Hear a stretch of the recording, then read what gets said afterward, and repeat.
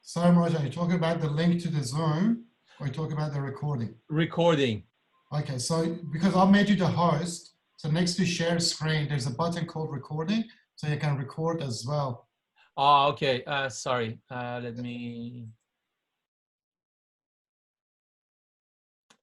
So it's just, yep. Yeah, okay. Yep, done that. Okay. All right. So what, so with history, basically from what I can see is it's a way of, it's a way for us to abstract ourselves from the present. That's one way of thinking about it in a very general way, because usually we're living in the present, like we are living in space and time, and so one way to think of it is it's a way for us to rise above our present.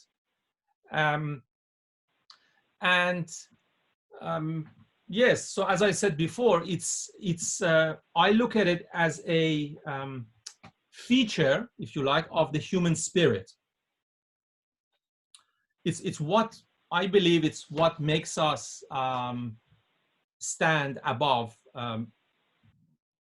and go beyond animals. So and also what is important in history is this thing called context. I don't know what to say in Persian, but in English we say context.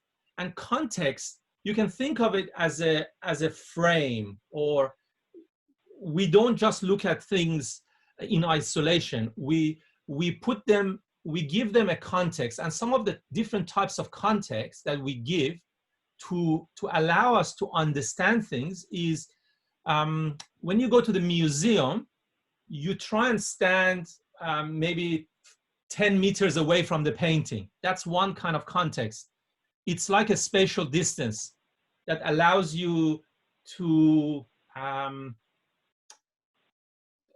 understand that thing that you're looking at. So this is like a very at the base level. It's like a spatial distance. The other kind of context could be temporal. So so we put it in time. We don't just say, oh, this thing happened. We say it happened in this time. So that when you do that, it basically puts it in a context. We frame it to understand that whatever it is, that event. And the other thing that we do is with our language, when we talk about things, the language always has context. So we just don't look at words on their own. We say, okay, can you give me the sentence? If I ask you, well, what does this word mean?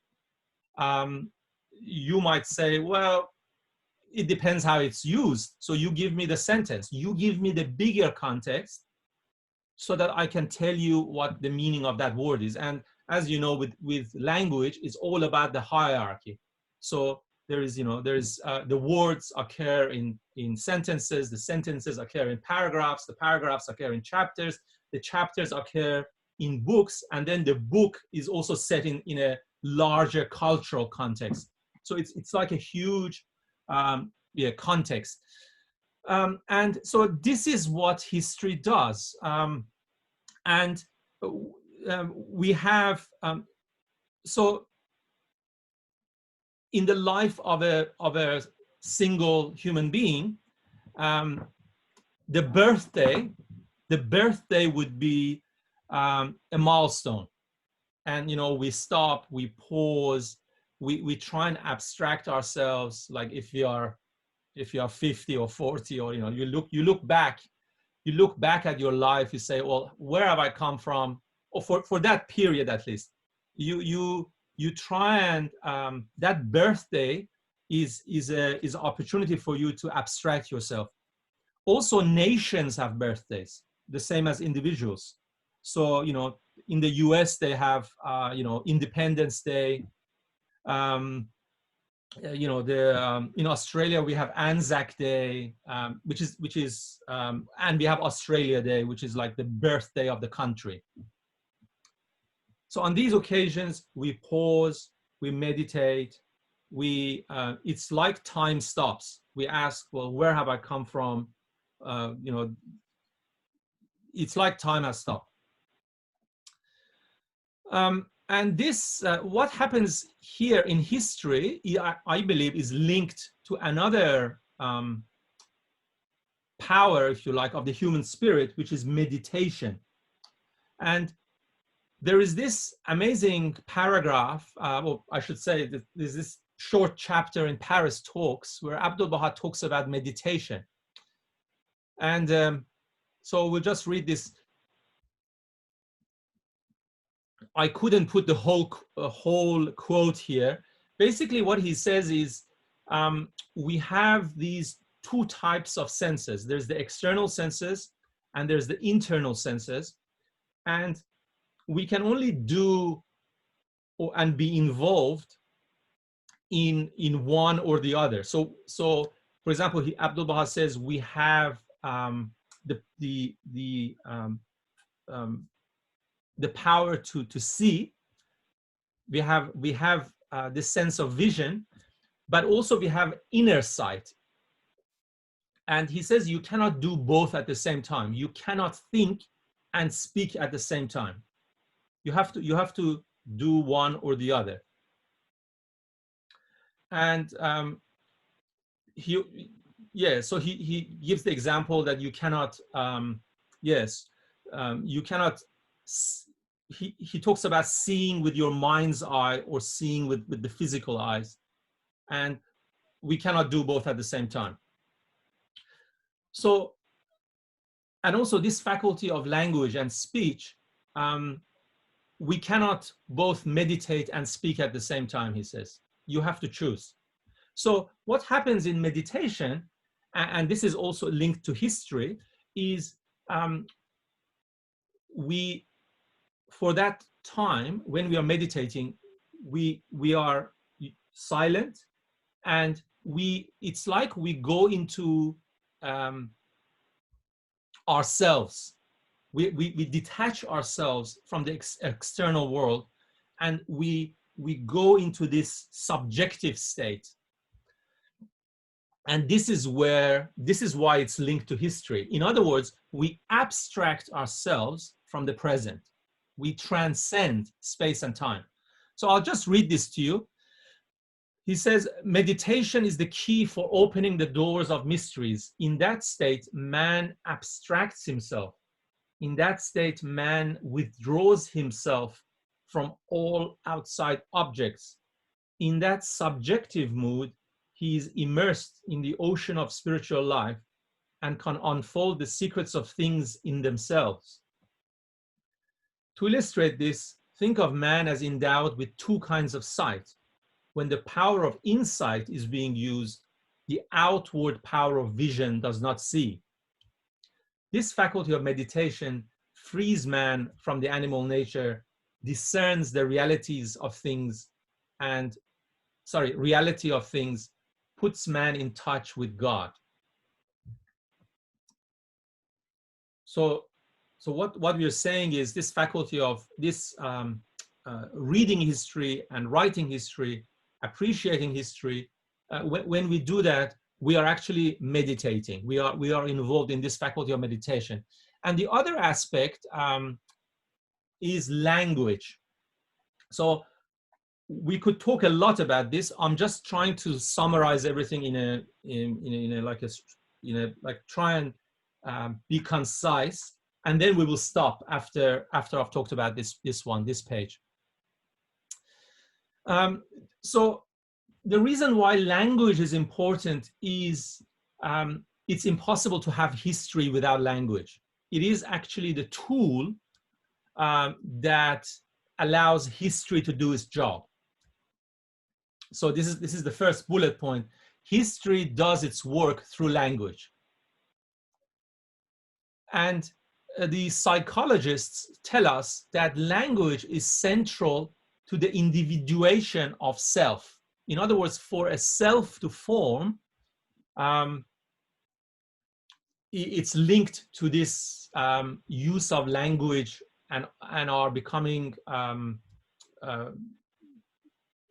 proficient in language. The act of perception and cognition is never passive. It is always active. In other words, so let me step back. So for example, in the Quran, it talks about the external world. There's a discrimination between the external world and the internal world. So it talks about afaq. The Arabic word is afaq, which is the horizons, plural of ufuq. And so that is the external world. And then we've got, it talks about anfus, which is the plural of nafs, which is self. So we have this in us. And this process, this act of perception, when we perceive a tree, when I look outside and I see a tree or some scenery, it's never passive. We actively filter what is coming in from our senses. There's a lot of information coming in, but we select what we want to take in. So this is that first phrase, which is selective filtering. So we filter it. Then what we do is, using our inner senses, we integrate these currents of perception, and we label them as well. So you have a tree on the outside, but also with our language, we label the tree. We look at the tree, and when we are perceiving it, we look at the colors, we look at the hues, we look at the shadows. We paint a picture of the tree in us. In other words, we recreate the world using language. And of course, at the end of the day, we interpret everything. So this is why when you read Some Answered Questions, Abdul Baha says that when the eye sees, it is not the eye that is seeing, but your spirit is doing the seeing through the eye. When you hear, it is the spirit actually, or let's say the human, yes, we can say spirit, that is doing the hearing through the ear. When I shake your hand, it's actually a meeting of spirits, but through the hands. So you get my drift. So this is why language is so important, because in the act of perception and this cognition, we are recreating the world, the outside world, and we create a mental picture of that. So we have, each of us in ourselves, we have a mental picture of the world that we work with. And so we come to this fourth point. Language unites my external objective world and my subjective internal world. All of this is through language. Language also unites myself, my mind, with other minds. And it's no surprise that when God wants to reveal himself to us, he does it through language. Language is his tool to actually recreate us. And when he does this, to me, what he's saying is, look, you don't have to create everything on your own. Let me be a partner with you, and so that we can become co-creators. So align what you're building with what I have built. In other words, it's a partnership. So I want to stop there. I know it was a little bit philosophical, and it was a little bit too general. But I think this is the useful theory for us when we look at these two works of Shoghi Effendi. So I'll stop there, and if there's any questions, we can talk about it.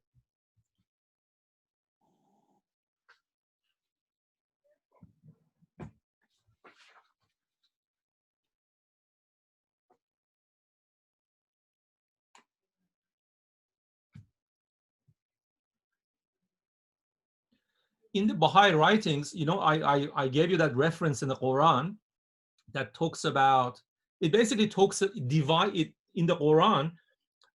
There's a division of knowledge. He says, when he's talking about knowledge, it says that you can have knowledge of the external world, which is afaq, and also you can have knowledge of that is in yourselves, which is anfus. And in the Baha'i writings, there's a similar dichotomy that's going on when it speaks of mulk and malakut. So mulk is the external world, and malakut is the subjective, or the, you know, the spiritual world. So this runs through most of the religions.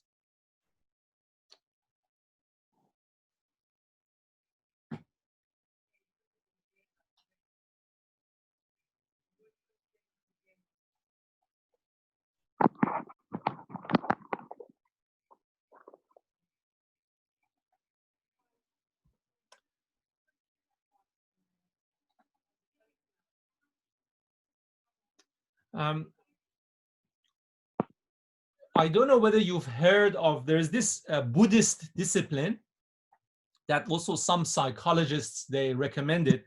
It's called mindfulness. So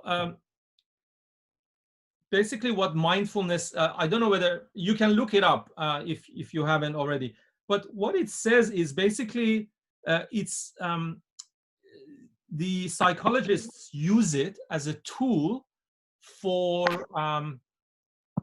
us to be focused in the present, and to avoid anxiety and depression, because with anxiety and depression, you're worried about what's going to happen, or you've got perhaps memories from the past. So the recommendation in mindfulness is focus on the present, because that's where you can act and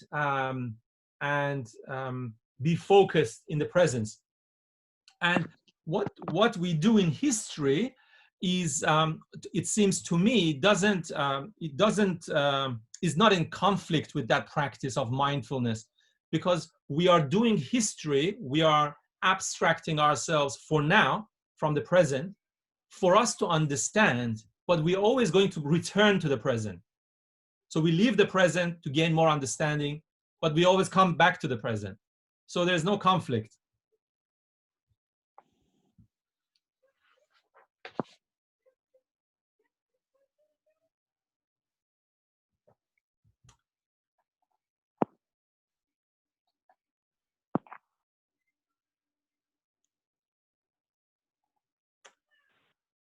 Everyone is so silent.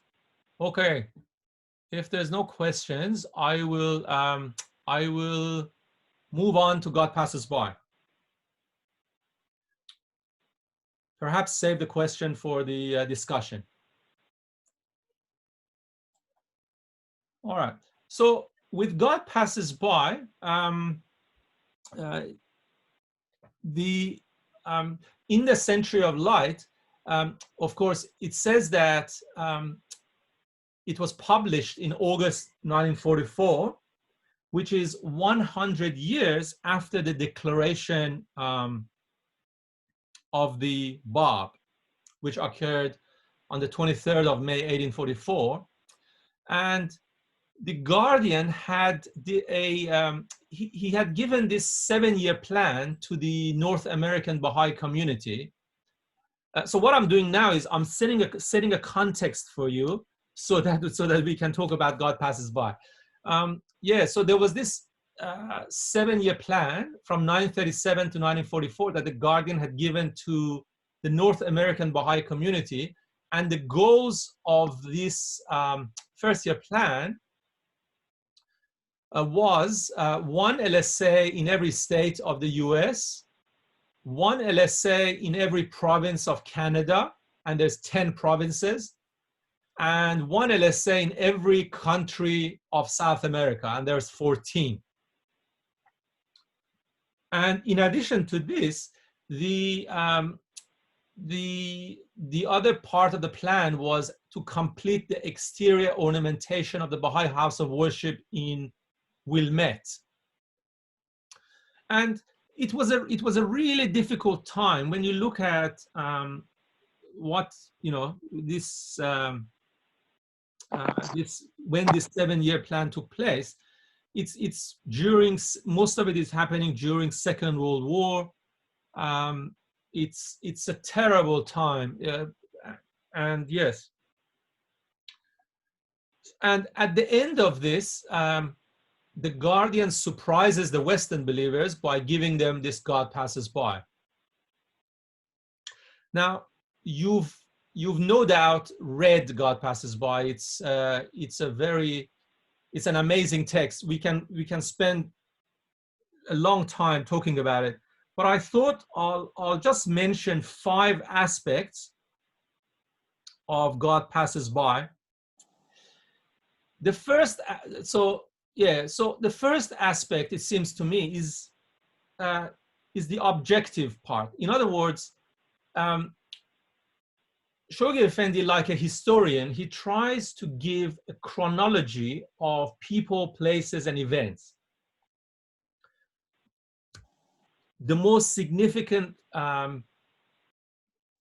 events, who did it, when did it happen? This is the objective part. Then, like a historian does, he establishes logical connections between these. Why did it happen? So it's basically why events happen as they did and the connections between them. So, you know, any work of history, if you look, has got these 2 aspects. But Shoghi Effendi goes even further, because what he does is he calls the work God passes by. There is a lot in that title. When you think of it, there is a lot in the title of God passes by. And it's like, well, so I call this the meta language of God passes by, the meta language. It's the language about the language, where God enters history. God enters history, and God intervenes in history, and through his manifestation, God speaks. He shapes events, and we can study we can approach him. So suddenly, the study of history allows us to understand the purpose of God. So this is something that unique. This is why this God passes by suddenly becomes, in a way, it becomes part of the revelation.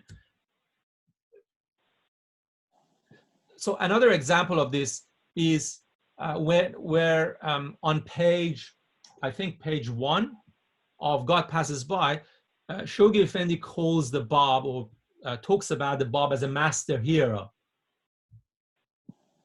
In other words, so he says, look, this history, the history of the Bab, is like a drama.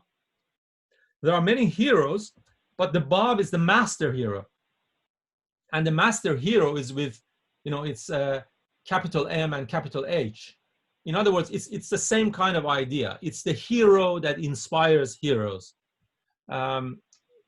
It's actually God entering history, God impacting history with his word and creating a new world through his word.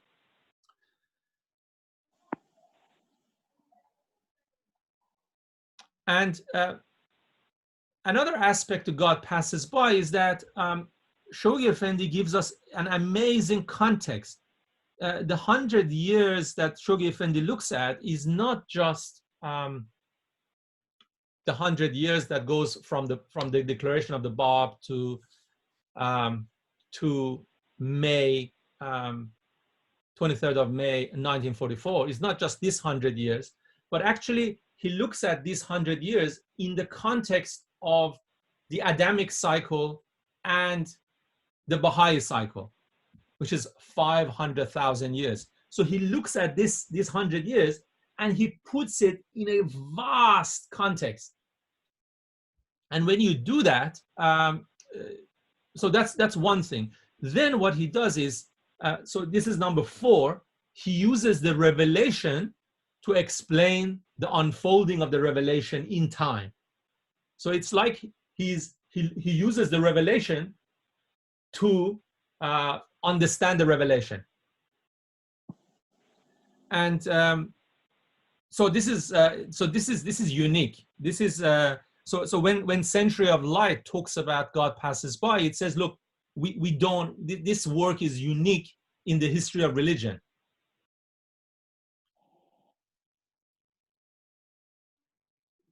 So like a majestic divine ego soaring far above the objective level, Shoghi Effendi sets the objective facts in the context of past and future. From this grand vantage point, with a grand divine vision, and with his luminous spirit illumined and inspired by his intimate understanding of the revelation, he explains the divine meaning and significance of every event.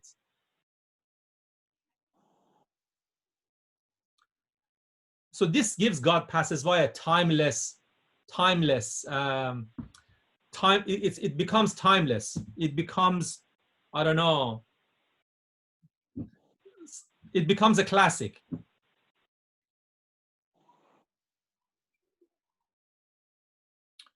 And the other aspect, of course, is apart being from a purely historical work, at a purely literary level, the language of God passes by is somewhere between prose and poetry.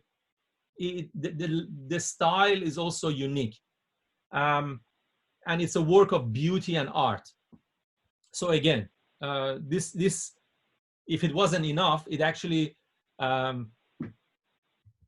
if everything that we said up to now is not enough, this adds a further level of, I don't know, glory and beauty and majesty. And it makes it timeless. And the amazing thing is, we started at, with points number 1 and 2 to establish these events in time. But what Shoghi Effendi has done is he has transcended time. He had, because the work is a classic now, it's a timeless work. So in other words, we have transcended time. It's and that's, I think that's I mentioned this in the next slide. We started looking at events in time, but in the end, God passes by allows us to transcend time. So it's like, to me, that's a paradox. It's a beautiful paradox.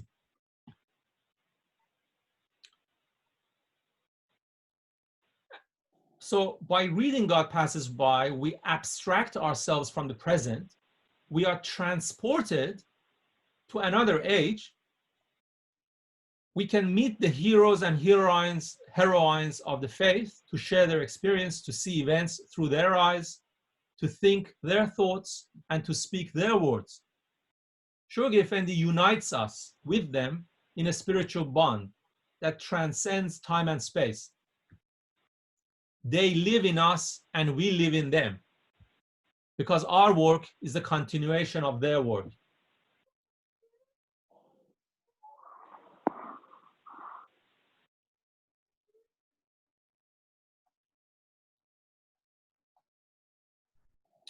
And that's the end of what I wanted to say on God passes by.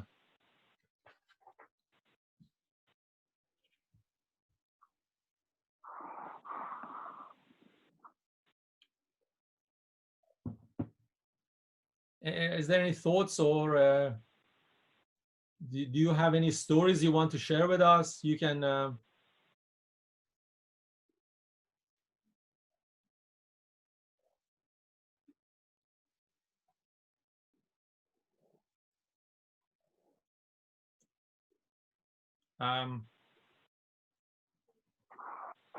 Arash John, you can unmute them if you like. Friends can unmute themselves, Murat. So I haven't okay. muted anyone. So if anyone would like to add anything or share any thoughts, please feel free to do so.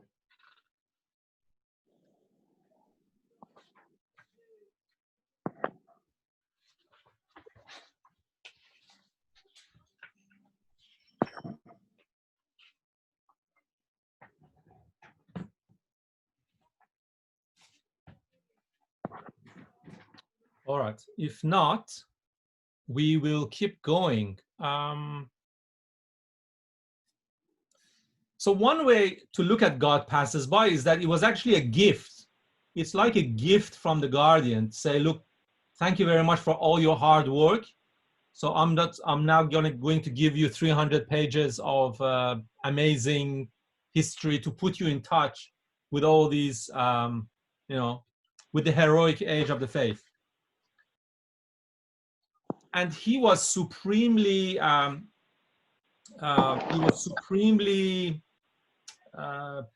gifted, and he was prepared for this task because he had a mastery of language.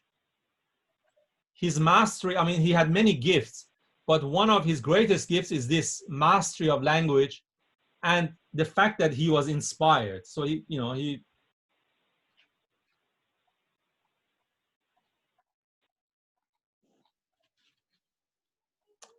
all right. And at the same time, now I actually discovered this by chance. I was going through, there is a book, some of you, so I'm sure Auntie Rafat.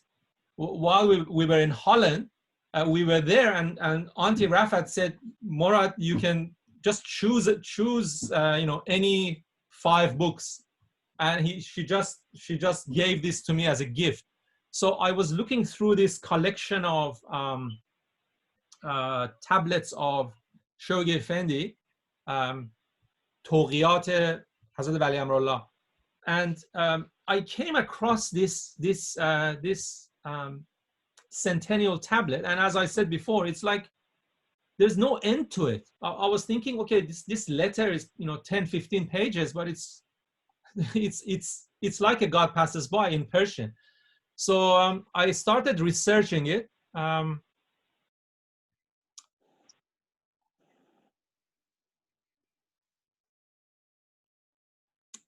Yeah, so sorry, friends. Before we go into that, as you know, God passes by, what the original is in English, and I know of 2 translations. One is by Mr. Faizi, The Hand of the Cause, and another one is by Mr. Nasrullah Maveddat. We knew me and Yopi, we knew the family in Adelaide. And interestingly, when it's been translated into Persian, it's called Qarn Badi, which is wonderful century. So when it's translated into Persian, it's called the wonderful century, but in English, it's called God passes by. And I was thinking, what's the reason for this? And my personal view is that the audience, when you translate it into Persian, the audience are Muslim, of course, and it is against the teachings of Islam, and to say that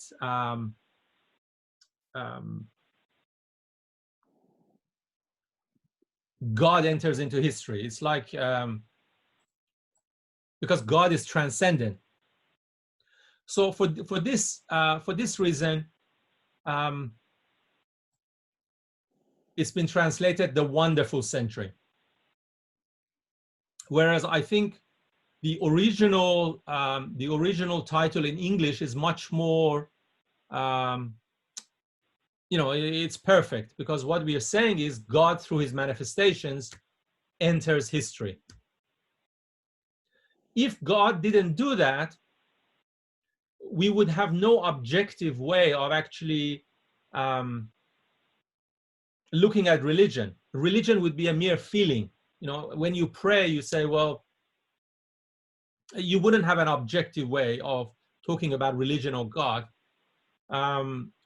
It's all a feeling. But thanks to this, thanks to the manifestation, we can talk about both.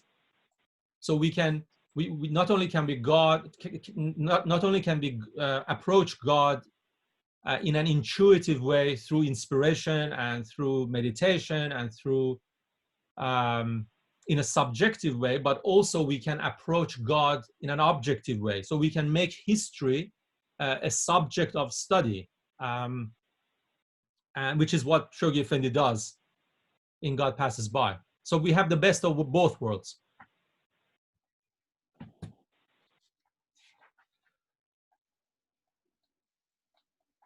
All right. How are we doing for time? Let me see. How are we doing for time, Arash? We're doing okay, Murajan. Okay, okay. It's 8:45, so we got 45 minutes left. All right, good, good. All right. So we come to this Centennial tablet.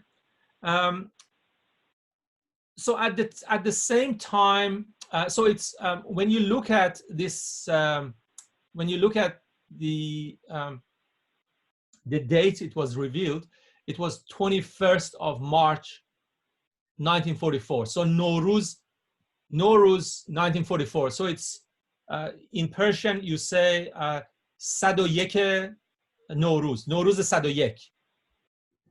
Exactly, well, 100 years from the Bab's declaration. And it is in Arabic and Persian. And the context, again, I have to give you the context so that you appreciate what has happened. So it's the Guardian, as well as, you know, the Guardian is a master, it seems, in doing several things at the same time. At the same time that you have the Second World War happening and you've got the 7-year plan over in America, the Guardian is, he's busy with his, of course, you know, these works. And I was expecting that this Centennial tablet to be perhaps a translation, maybe Guardian's translation of God Passes By, but no, it's unique. It is a unique work. During World War II, of course, things are very precarious, very dangerous for the World Center. So that was a barrier to be overcome. And I've got down here, given the distance from Haifa to Tehran and to Shiraz, the Guardian had to find a way of safely sending this precious tablet to Tehran. And in 1941, of course, you've got, because Reza Shah sides with the Germans,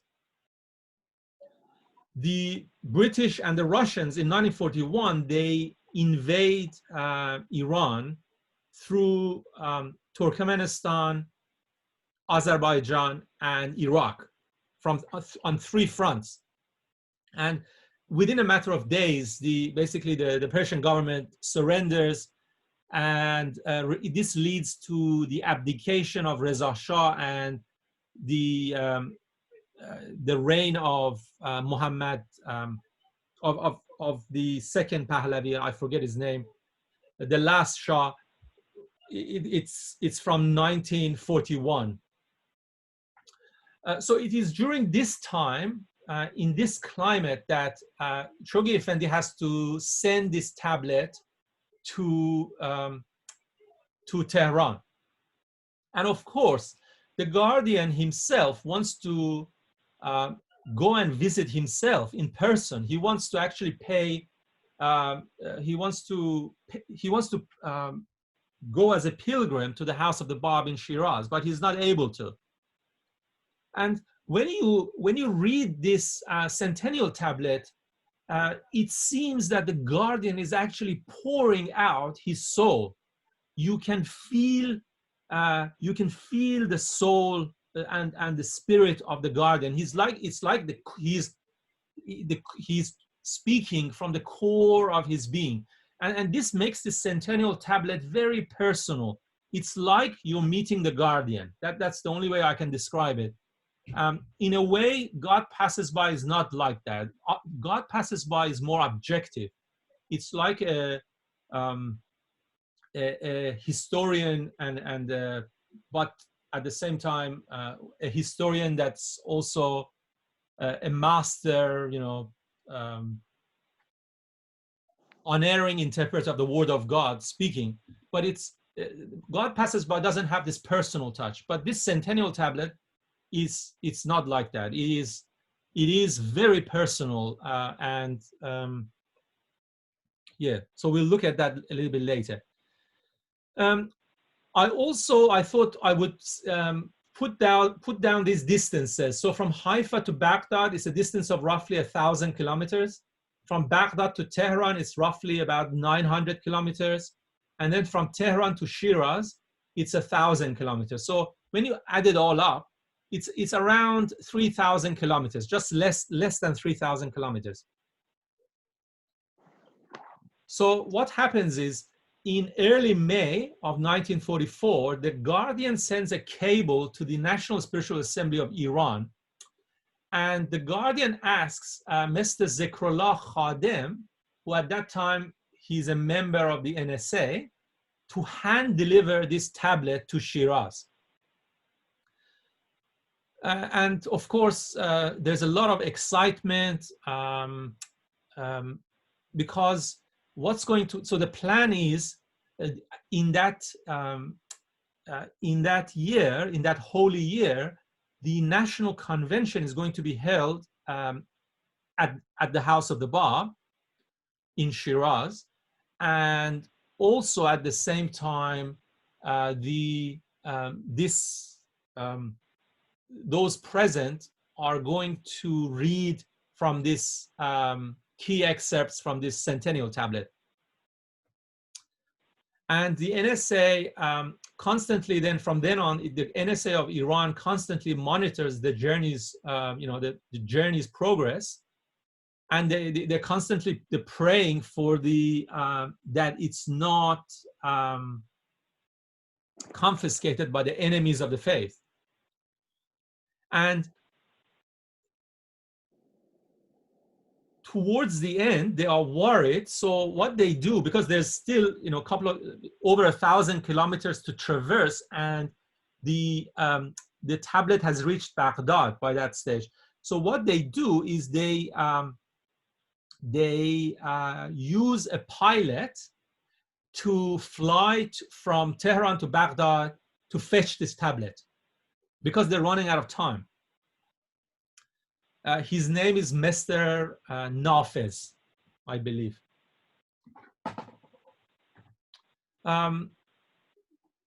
So the pilot goes and fetches it, and then they've got 1.5 days. From then on, they've got like 1.5 days to go from Shiraz to from Tehran to Shiraz, and Mr. Zikrullah Khadem, basically he gets a couple of spare tires, and a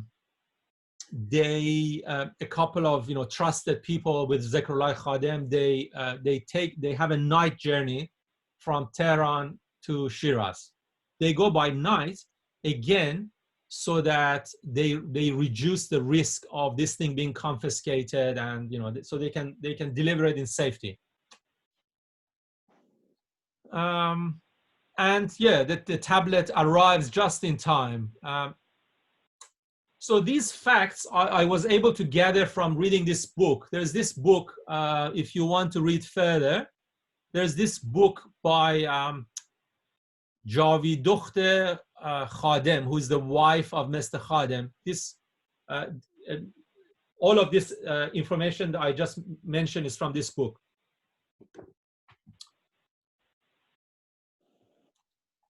Right. Right. So now we come to the actual tablet. So I will give you the structure of it, and I have started actually translating parts of it. Of course, they're unauthorized, but the only reason I'm doing this is I just want you to get a feel for the so you're motivated to go and actually read the original. You could say that this Centennial tablet is actually in 3 parts. There is a prologue, which is 5% of the whole, and it's largely in Arabic. There is the body, that's largely in Persian, and these percentages is just so that you get a feel for the number of pages. This is not to be it's not exact, but you get a sense of the size of these different sections. And the third part is a conclusion. So I'll go into it a bit more. Now, in some ways, this Centennial tablet, I can say, is unique. This introduction it's like amazing. I haven't seen anything anywhere else like this. So the prologue, which is the Arabic introduction, it has 4 parts. And again, the Guardian starts by giving us the hierarchy, it seems to me, of the Abha kingdom. He starts by God. So he starts by praising God, and everything he says in this paragraph is about the essence of God. He starts there. Then the next being in this hierarchy, and there's 7 of them, is Baha'u'llah. So he has perhaps 1.5 pages just about Baha'u'llah. He gives you all the titles of Baha'u'llah, and he praises Baha'u'llah. Then he moves to the third paragraph, and this is, it seems to me, it's actually in order of importance. He starts with essence of God, then it's Baha'u'llah, then it's the Bab, then he talks about Abdul Baha, the Bab. Number 4 is manifestations of God in general, so all the manifestations. Number 5 is the center of the covenant, which is Abdul Baha. Number 6 is the friends of God, and the near ones. And number 7 is the people of Baha. So this is, he has a paragraph or so for each one of these beings or these groups. So he gives us this sevenfold order or hierarchy. And then he has he's got this hymn,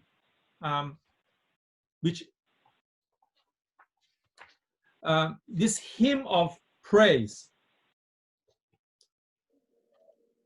So he says, so this is an unauthorized translation. He says, "O company of believers, at this juncture, which is the first glorious century of the most great cycle of the blessed beauty, the song of all happiness and all glad tidings is raised by the inhabitants of the immortal realm, and the voice of adoration and praise and worship and supplication can be heard around the holy sanctuary from the highest abods of the Abha paradise."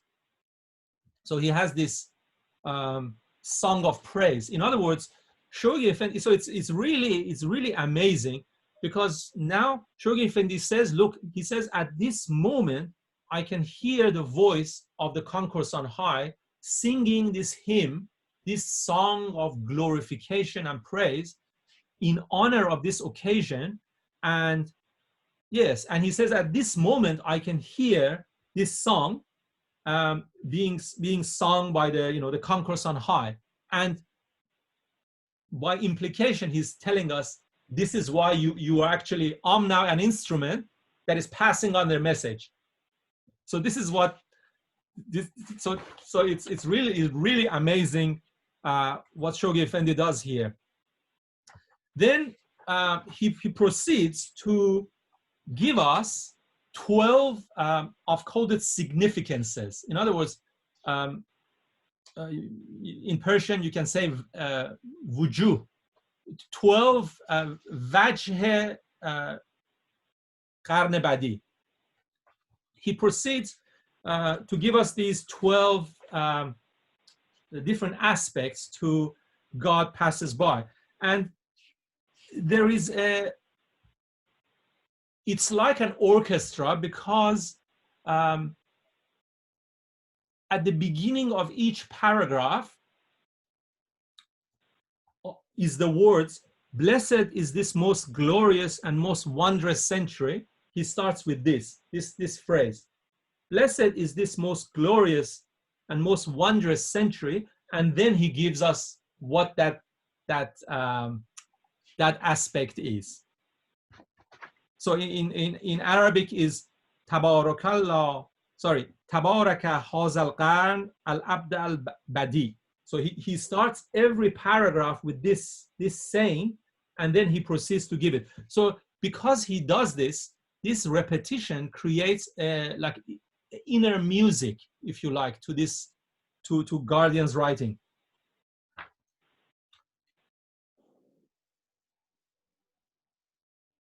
So the first aspect, he talks about the most effulgent sun. The second aspect is the tree of the cause, the blessed tree of the cause, and the creation of God. Then he talks about the first night of this blessed century. And of course, there is a surah of the Quran, in which the phrase Laylatul Qadr occurs. And this for the Muslims is extremely important. The fourth aspect is Atiyullah fi zallan min al-qumam. So the coming of the Father in the shadow of the clouds. Number 5 is the signs of the great and fearful day of the Lord, Ruz Qiyamat. Number 6, establishment of the divine covenant and the shining of the light of sincerity and purity from the friends of God. Number 7 is unsealing of the choice wine. Number 8 is the humbling rebuke and chastisement of those who turned away and who denied God, and to kings and clergy. Number 9 is about the revelation of the book of my covenant, which is Sahife Hamra, the crimson book. Number 10 is the revelation of the Kitab al-Aqdas. Number 11 is the appearance of the new order, Nazm Badi. And finally, we have the appearance of the city of God and the establishment of the kingdom of God. So he talks about al-Madinatul Ilahiyya wa Malakutullah, establishment of the city of God and the kingdom of God, and the promise of the most great peace. So it's really beautiful the way the Guardian has done it. It's like one way for me to explain this, apart from the meaning of the words, is it is like he's using words to paint a picture, if you can imagine it. He's using words to paint a picture, or he's using words to play an instrument, because it's musical. The words are musical. And finally, the last part of the introduction is he has an apostrophe to the Holy Night. So he talks to this Holy Night. So if we had someone that didn't believe in God, they would say, well, how is it possible for you to talk to the night? But Shoghi Effendi is looking at things with the spiritual eye. And yeah, so there's a paragraph in this introduction where he addresses the night. And in some ways, this is similar, for example, to the tablet of Carmel, where Baha'u'llah addresses a mountain. You know, someone who doesn't believe in God would say, well, how can you address a mountain? A stone doesn't understand. But you like these beings are looking at things from a spiritual perspective. So here, Shoghi Effendi talks to this night, to the holy night.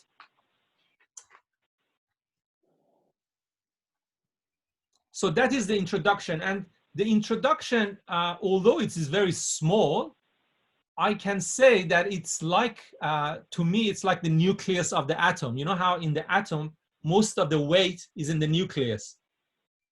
It has a small volume, but most of the weight is in the introduction. So this is what I want to say about this introduction. It is truly, it is, it's just complete masterpiece, this introduction. I don't know what else I can say about it. Then we move to the body. The body is most of the work. You can say I've put here 94%, 94.5% of the body of this tablet is largely in Persian.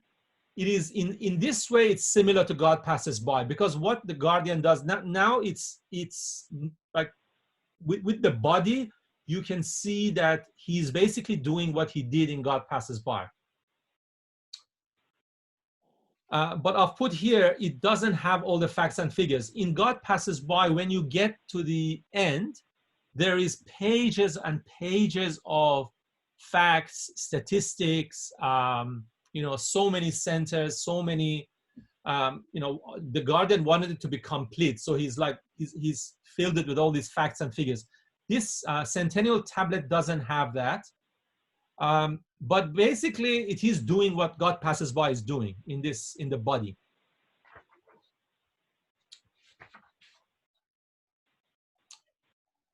And now we reach the conclusion. Now this is just 2 paragraphs. So the penultimate paragraph of this is very important. So I will translated it. So I'll read from this.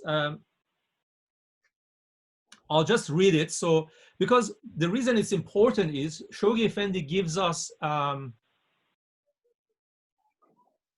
the aims and purposes of why he wrote it, and you can yeah. So I'll just read it.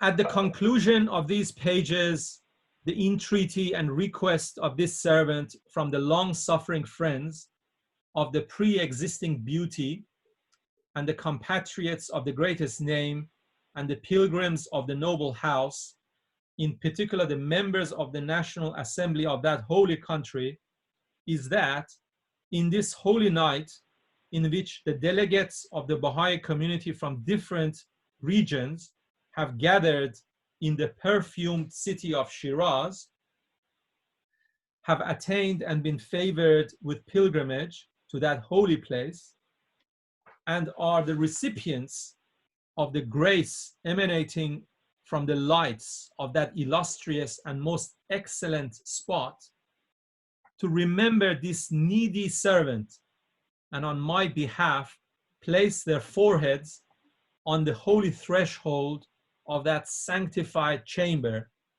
and to request from the bottom of their hearts, from the Lord of that house, aid and assistance, and confirmation and success. Likewise, they must do the same for those who are struggling in the path of God, who are occupied in the east and west with the conquest of the cities of the hearts of men, and implore for them successive divine assistance, so that the remaining stages are one after another traversed through the power of the Lord of hosts and the beloved divine cause, in whose path the holy breast was riddled and thousands of souls sacrificed their blood, reaches its intended destiny. And we gift the world the glorious, wonderful, well-formed, pure, holy, and fresh fruits of the divine tree.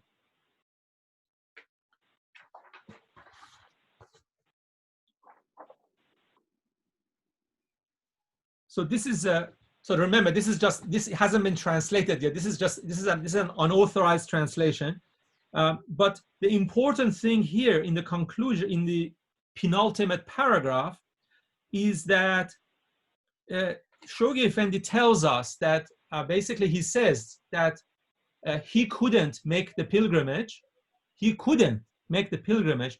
So really this, so this gives us a clue as to the importance of this Centennial tablet. It's actually, in my humble opinion, it's actually Guardian's tablet of visitation for the Bab. He couldn't visit. So basically he says, on my behalf, you delegates and you members of the National Spiritual Assembly of Iran, you, you know, perform the pilgrimage on my behalf. So it's very touching, and when you read this, everything makes sense.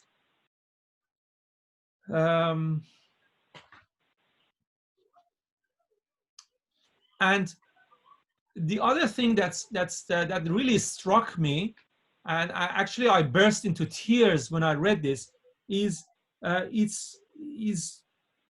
Guardian has given us this masterpiece. He has it's like his cup has overflows with love and knowledge and whatever attribute that God has. You can see it here. His cup is overflowing, and at the end he's so humble that he says, pray for me. I found that really touching. That is just, it's just, I found that basically, I cried after I read this. It's really, it's like the Pope, or if you can imagine, the leader of a world religion, writing to his, to his, to the Catholics of the world, this amazing, letter, and then he says at the end, please pray for your humble servant, so that we, we are able to serve the cause, and so on and so forth. So that just shows you the humility of the Guardian, in addition to everything else. And the cream, after all of this, basically the cream on top of everything else is a prayer. He has a prayer at the end of all of this. He has a prayer. So again, this is I will read it, and again, remember, this is an unauthorized translation, so please forgive any mistakes, or this is just to give you an idea of what he says. So he says, "O our Supreme Lord," this is the prayer, "Ya Rabban al-A'la," and the title of the Bab is Hazrat Rabb A'la. So he starts the prayer, "O our Supreme Lord," which no doubt is coming from that title of the Bab.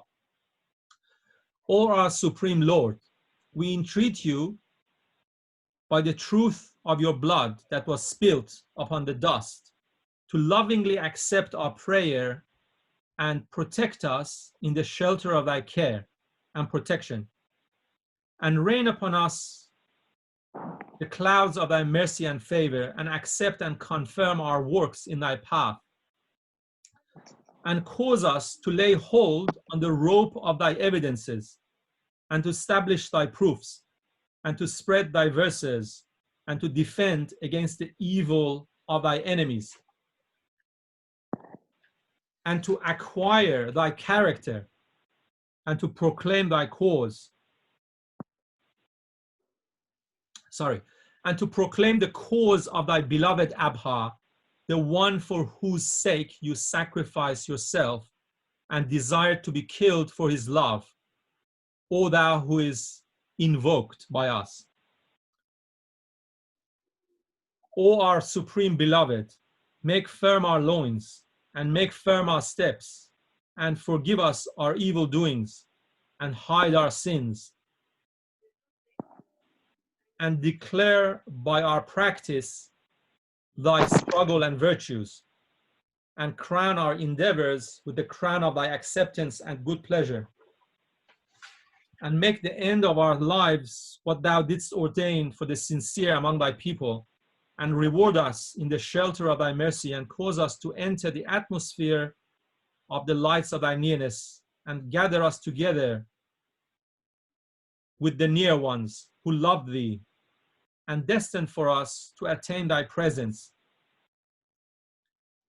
and intoxicate us with the wine of thy presence, and cause us to enter the gardens of thy holiness, and provide us all that is good and destined in your kingdom, O prayer answering one of all the world. And this is how it ends.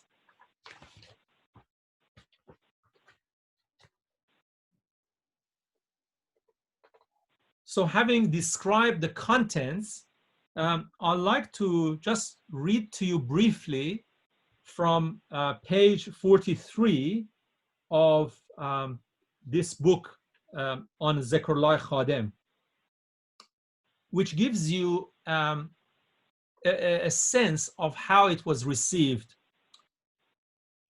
And this appears in volume 10 of the Baha'i World. It was a May evening in Shiraz. Through the dusk by twos and threes, at intervals, men were coming. Unobtrusively, they went through the door of a house and joined the throng of persons inside. They were silent, too moved for speech. They had come here from all over Persia in secret, at the risk, perhaps, of their lives. They had come here to share in the joy of this night. The men, who included 90 convention delegates and the members of the National Spiritual Assembly, poured rose water on their hands. Silently, they took off their shoes and stepped into the courtyard of the sacred house next door. They circumambulated the house through the shadows. They heard the chanting of the visitation tablet. Then they climbed a stairway to the threshold of the room where 100 years ago tonight, the Bab's disclosure had been received by his first disciple, where a message destined for the whole human race had blazed out before one man, leaving him dazzled as if he had lost his mind. Here in the declaration chamber, Janab Vargha had spread out a precious gift, the guardian's gift. At the exact moment when the 100 years were completed, that is, at 2 hours and 11 minutes after sunset, the members of the National Spiritual Assembly, on behalf of the guardian and all the delegates, one after the other, knelt down and kissed the threshold. Then a portion of the guardian's new letter beginning, "Greeting and glory rest upon his herald, the peerless one, and O holy night, upon thee of all praises be the best and most glorious," was chanted.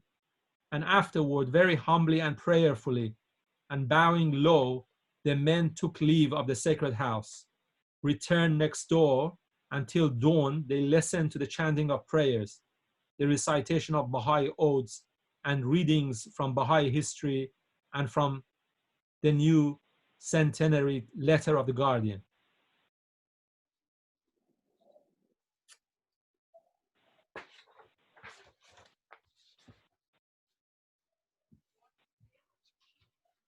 Thank you, friends. That is all. I hope that,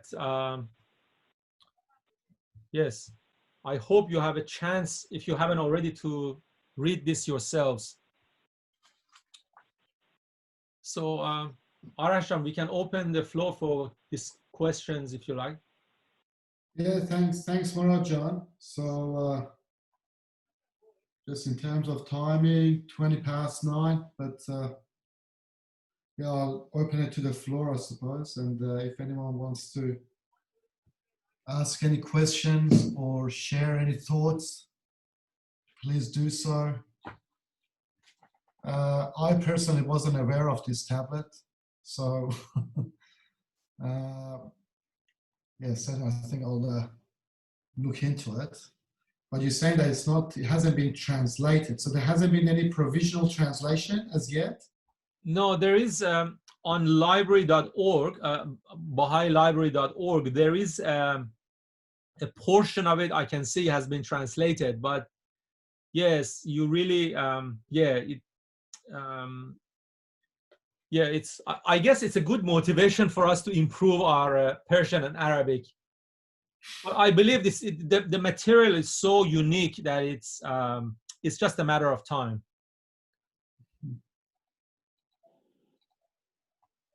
Yeah, I just want to say thank you. It was so touching, the story of this significant of the history of the faith.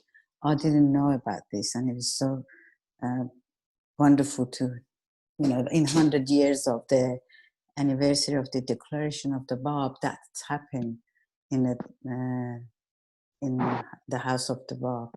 I never heard that before, so I'm going to say thank you for telling the story of that. Thank you. And I would go and find the tablets and read it. This is in Persian, some of it in Arabic. I'm probably definitely going to read it. Thank you very much for sharing that. That's okay. That's fine. May I have a request, please? If you could mention the 12 significances of the century again. I missed the first few. I just wanted to take a note, Sure. if possible.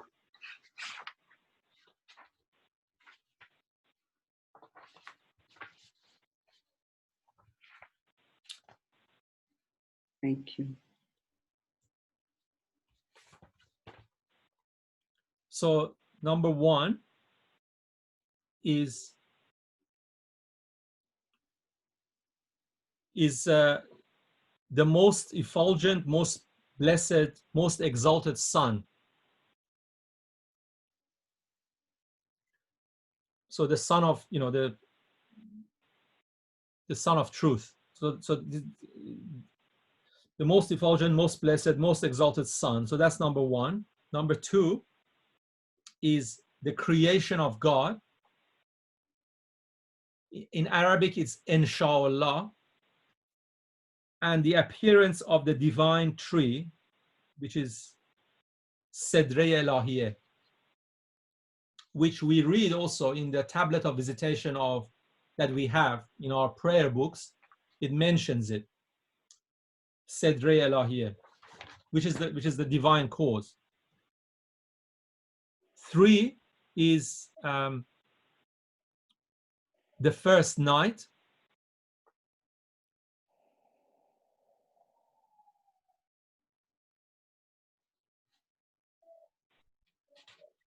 And we know that the first chapter of the Qayyim al-Asma was revealed on that first night. And as I said before, there is a chapter of the Quran about this, Surah Qadr, where it talks about the spirits and the angels descending rank upon rank, which is no doubt a reference to the revelation of the Bab. Number four is Atiullah fi zallan min al-qamam, that is the coming of the Father in the shadow of the clouds. Number five is the signs of the great and fearful day.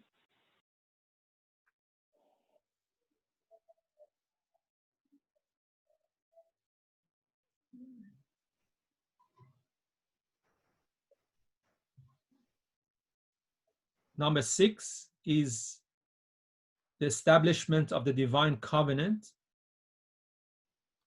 and the shining of the light of sincerity and purity from the friends of God.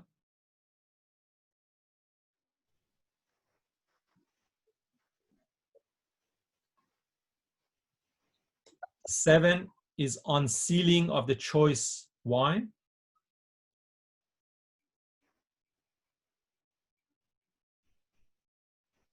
So, you know, for example, Kitab Iran is an explanation of all the meanings from the holy books of the past. In the same way, you know, the hidden words as well. So number 7 is unsealing of the choice wine. Number 8 is humbling rebuke to.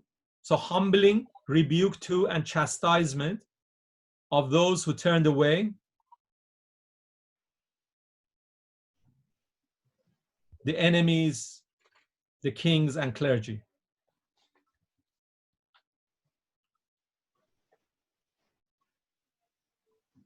Number 9 is the revelation of the book of my covenant, which in Arabic is Sahife Hamra. Another name for the book of my covenant is the Crimson Book. Sahife Hamra. Number 10 is the revelation of the Kitab Aqdas. Number 11 is the appearance of the new order, Nazm Badi. That's number 11. And number 12 is the appearance of the city of God, Madineh Elahiyeh, and the establishment of the kingdom of God, Malakutullah.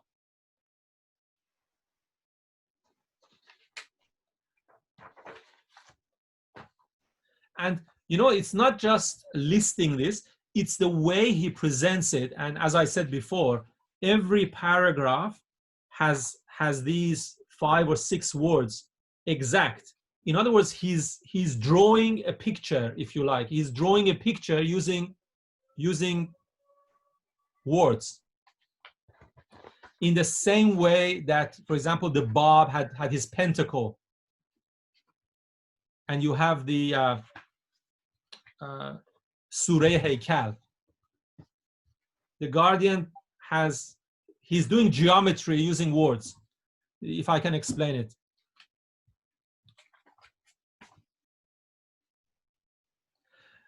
The other thing that you see when you read this tablet is it's not just 100 years from the Bab.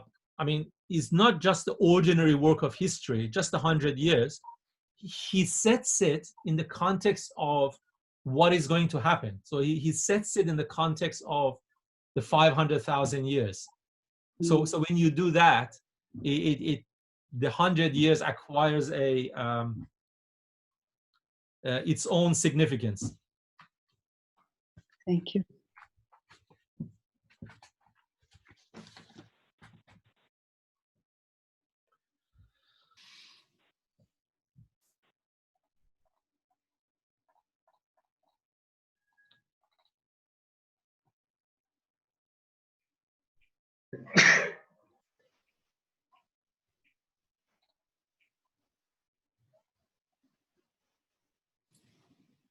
Just if I can ask, has anyone in this group actually read this other than Murad? Has anyone else come across this?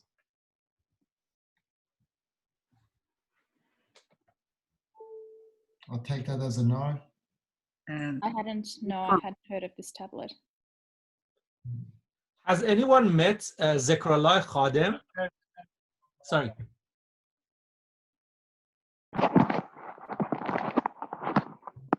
Sorry, Mr. Tahzib, we didn't hear you.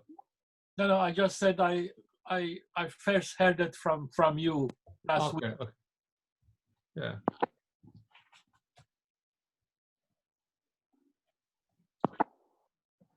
Yes. Where can you find this source? Which one? The tablet? Yes. It is, of course, it hasn't been translated yet, but there is a book called Toghiyat Mubarakeh, which my version is printed in Germany. It's the printing has been done in Germany. Yeah, it's a collection of his most important, like the long or the longer letters. Thank you.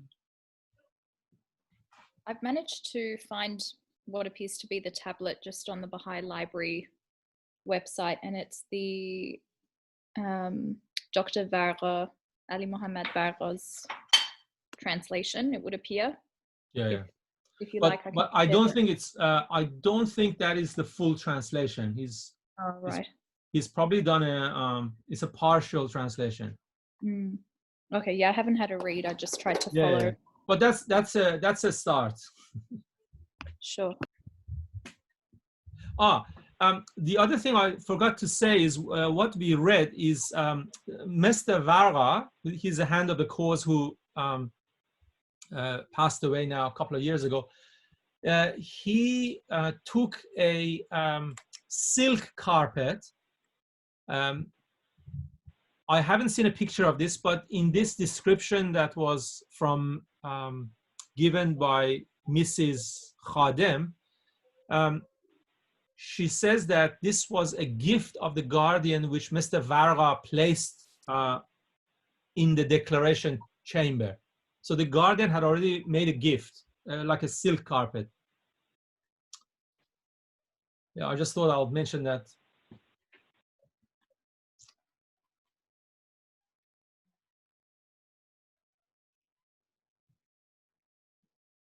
All right, friends, if there's no more, I was just wondering, has anyone actually met Mr. Khadem?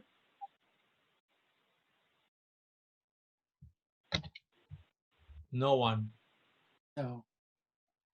Yeah, so the other thing that comes across is this Mr. Khadem was very devoted to, he was actually a lover, like in a spiritual sense, he was a lover of the guardian, completely devoted to the guardian, very, so this is the book. So this book has got probably 5 pages on it about this tablet, this Centennial tablet.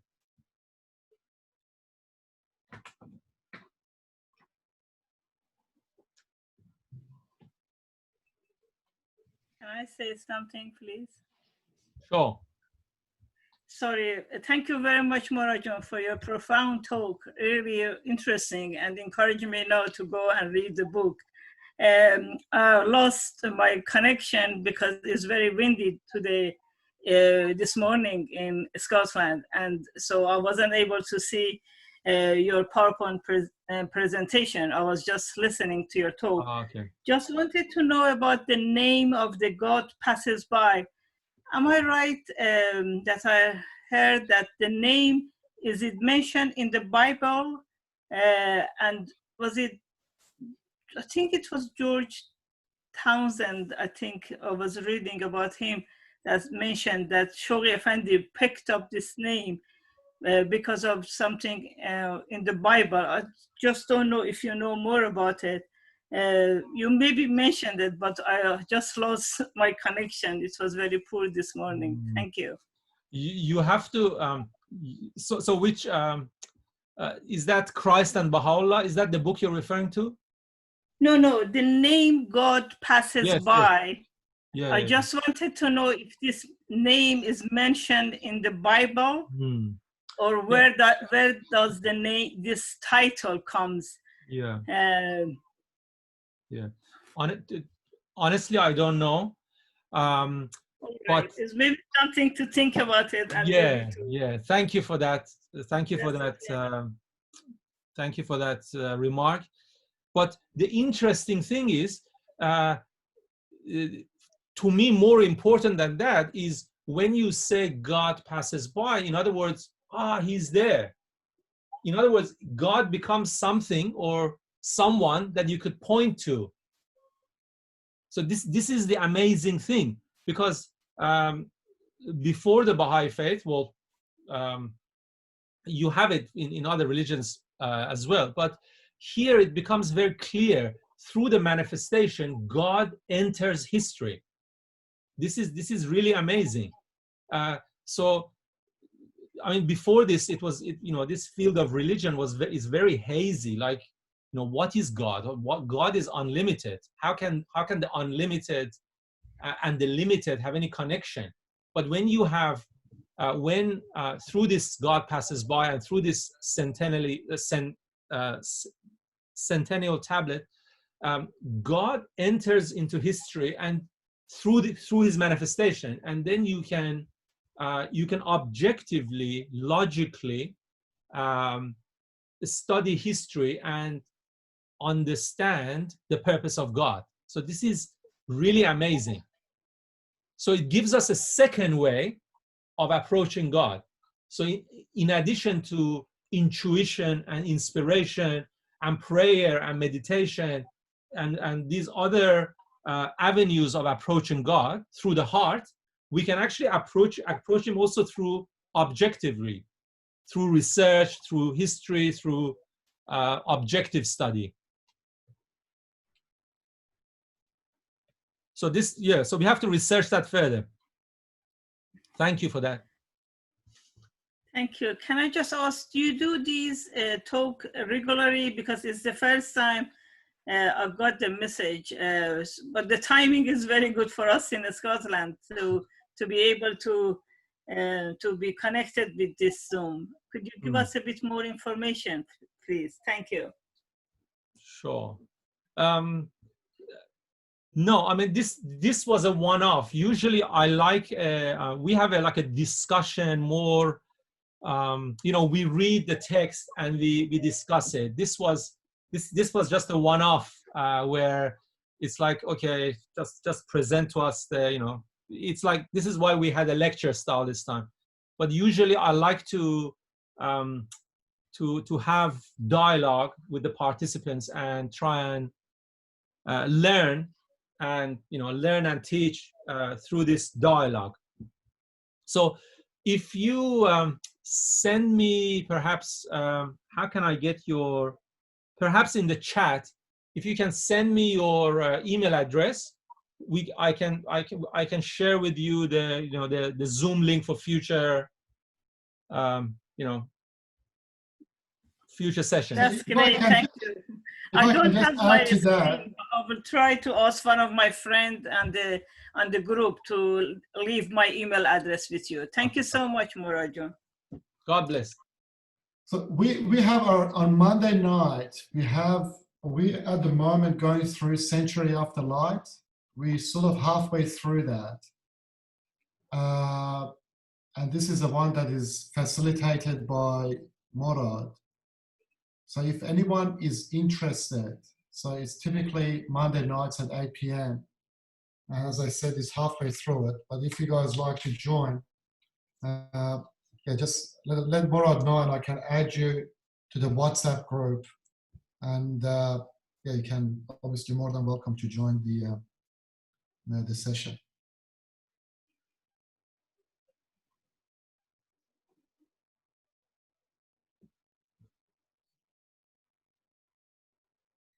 Thank you, Murajan. It was really, wonderful, very, very inspiring.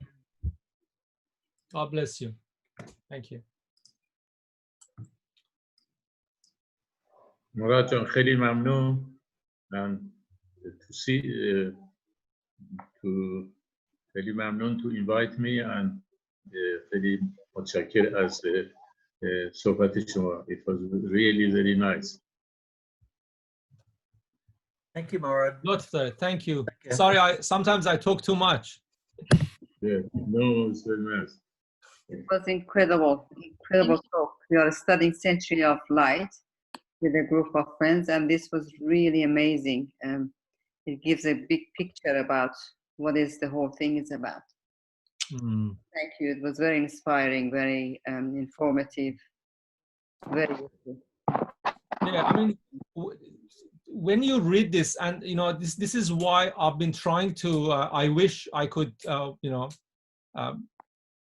I wish I had the time and you know to make my Arabic and Persian better, because it's really amazing. You get an appreciation when you read this, particularly this Centennial tablet, is the range of problems that Shoghi Effendi had to grapple with, and yet at the same time he has got time to you know to write these things. It's like it's really amazing. That's the only way I can describe it. It's like he has to lead like, and the Century of Light, Bahar Khanam, it has a very nice, very clear section on the Guardian, how you know the range of problems the poor Guardian had to deal with. You know, his family covenant breaking, the enemies of the faith had taken over the house of Baha'u'llah in Baghdad. It's like so many problems, and yet he gives us these gifts. He was a gift. He himself was a gift to the world, not Yeah. only to Baha'is. Yes. He was a gift to mankind. He wasn't a normal. So actually, to actually motivate you further, I believe if you really read this tablet and you understand it, it's like you've met Shoghi Effendi. I have absolutely no doubt about that. It's like you go and meet the Guardian, you spend 10 hours with him. It's just like that. It's like if you can understand this, you can read it. Because what it is actually, as we said before, it is a tablet of visitation of the Guardian for the Bab, and he lays his soul bare for you. It's like, here, this is me. It's just so, yeah. So this is actually what motivated me to do further research into this and try and meet the Guardian. I think I'm not surprised that it made you emotional, because even studying part of the Century of Light, some parts of it is really hard to go through it without tears. Even the Century of Light itself, it just gives you a picture what he went through, and we only get a glimpse of what he's done and he has contributed. So really appreciate. I'm so grateful that a friend of us gave me this Zoom for tonight to be part of it. It's just incredible way to get to know Shoghi Effendi. We don't know about him enough. Yeah. Thank you so much. And of course, the other way of meeting the Guardian is so there is Hugo Giugieri's book, which we can read. It has been translated into Persian. That is amazing, because it's called Recollections, if I'm not mistaken, Recollections of Shoghi Effendi. That's the English title, and there is a beautiful translation into Persian that I want to. I'm looking for it. I've seen it once, but it's a very good translation of Hugo Giugieri's work. It's a very personal portrayal of Shoghi Effendi. It's like, you know, he looks into his eyes. It's a very personal encounter. And also this book by the wife of Zekrullah Khadem is also very, very good. It shows you, what these hands did and the interaction between the hands and Shoghi Effendi. Also, Priceless Pearl, of course, is also very good of meeting Shoghi Effendi, because, Ruhi Khanam is very close to Shoghi Effendi. So these are all avenues. Also, Mr. Furutan has got a book called Hekayat Del, the story of my heart. So that's another. So yeah, so this is how we can meet him. Thank you.